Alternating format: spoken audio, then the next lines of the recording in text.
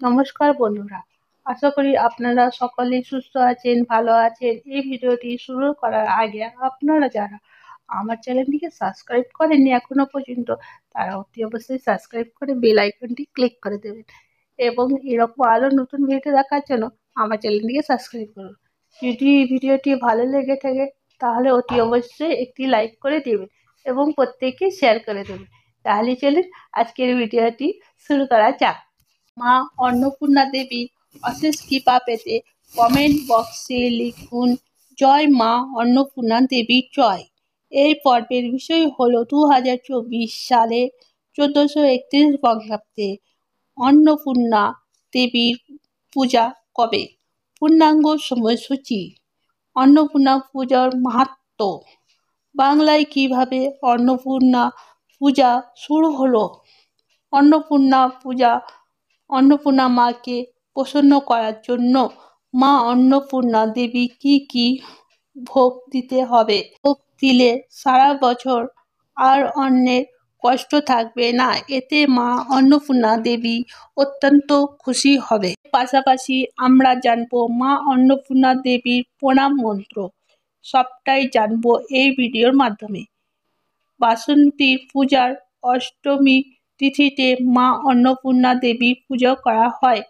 শব্দের অর্থ হলো ধান আর পূর্ণা শব্দের অর্থ হলো পূর্ণ। মা দুর্গা আর এক রূপ হলো অন্নপূর্ণা। মা অন্নপূর্ণা অন্নদাতা নামেও পরিচিত। অন্নপূর্ণাকে বলা হয় অন্নদাত্রী। তিনি সতী অপরূপ। মা অন্নপূর্ণার এক হাতে থাকে অন্নর পাত্র, অন্য হাতে থাকে। নানা পুরাণ গ্রন্থে দেবী অন্নপূর্ণার উল্লেখ আছে, নানা কাহিনী প্রচলিত আছে মা অন্নপূর্ণাকে নিয়ে। এর মধ্যে অন্যতম হল কাশীর উপাধ্যায় রায়গুণাগার ভারতচন্দ্র মা অন্নপূর্ণার কথা উল্লেখ করেন। অন্নদাতা মঙ্গল কাব্য রচনা করেছিলেন, সেখানে মা অন্নপূর্ণার মাহাত্ম্য বর্ণনা করা হয়েছে। এর সঙ্গে রয়েছে আরও পৌরাণিক কাহিনী মতে বিবাহের পরে শিব পার্বতী দম্পতি জীবন কাটাচ্ছিল। আর্থিক অনটনের জন্য শুরু হয় দাম্পত্য কলহ। ভোলানাথের সঙ্গে মায়ের বচসা হয়। মা পার্বতী কৈলাস ত্যাগ করে চলে আসে। সেই সময় দেখা যায় মহামারী এবং খাদ্য অনটন। ভক্তেরা আকুল হয়ে পড়ে। তারা দেবাদিদেব মহাদেবকে ডাকতে থাকেন। সেই সময় ভিক্ষার ঝুলি কাঁধে তুলে নিয়েছিল মহাদেব, কিন্তু দেবীর মায়া কোথাও ভিক্ষা জোটে না। তখন শোনা যায় কাশীতে এক নারী সবাইকে অন্নদান করছে। ভোলানাথ সেখানে উপস্থিত হলেন। ভোলানাথ মাকে চিনতে পেয়ে একটু অসুবিধা হলো না। মহাদেব মায়ের কাছে ভিক্ষা প্রার্থনা করলেন। সেই ভিক্ষা গ্রহণ করে মহামারী এবং খাদ্য সংকট থেকে রক্ষা করলেন মহাদেব। এরপর কাশীতে মা অন্নপূর্ণা দেবী মন্দির স্থাপন হয়। এটি তৈরি করেছিল দেবাদিদেব মহাদেবের উদ্দেশ্যে। শুক্ল অষ্টমী তিথিতে মায়ের আবির্ভাব হয়েছিল। সেখান থেকেই প্রচলন শুরু হয়। মা অন্নপূর্ণা নামে পরিচিত হয়। মা অন্নপূর্ণা দেবী হলেন দ্বিভুজা। এর এক হাতে থাকে একটি হাতা আর এক হাতে থাকে অন্নপাত্র। দেবীর এক পাশে থাকে ভূমি আর এক পাশে থাকে শ্রী। চৈত্র মাসের শুক্ল অষ্টমী তিথিতে অন্নপূর্ণা পুজো করা হয়। কালী ও জগদ্ধাত্রী পুজোর মতোই এর মন্ত্র পাঠ করা হয়। অন্নপূর্ণা দেবী হলেন শস্যর দেবী। জনপতি হল এই দেবীর পুজো করলে অন্যের কষ্ট দূর হয়।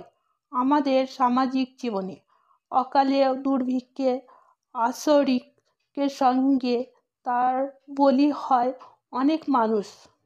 সুপ্রাচীন কাল থেকে রাই বাংলায় নবান্ন উৎসবময় মা অন্নপূর্ণার প্রচলন আছে। আজও গ্রাম বাংলায় নতুন ফসল ফললে প্রথমে মা অন্নপূর্ণাকে নিজেরা নিবেদন করেন। আকারে ধানের গুচ্ছ করে মায়ের অন্নপূর্ণা দেবীর হাতে দেওয়া হয়। কিভাবে মা অন্নপূর্ণাকে পুজো করা হয়? এই পুজোর সঙ্গে কাশীর অন্নপূর্ণা পুজোর গভীর সম্পর্ক রয়েছে। মা অন্নপূর্ণাকে পাকা ধান বা পাকা শস্য নিবেদন করে পুজো করা হয়ে থাকে। 2024 সালে 1431 বঙ্গাব্দে অন্নপূর্ণা পুজোর সঙ্গে পূর্ণাঙ্গ সময়সূচি। অন্নপূর্ণা পুজো শুরু হবে 16ই এপ্রিল 2024, 3রা বৈশাখ 1431 মঙ্গলবার।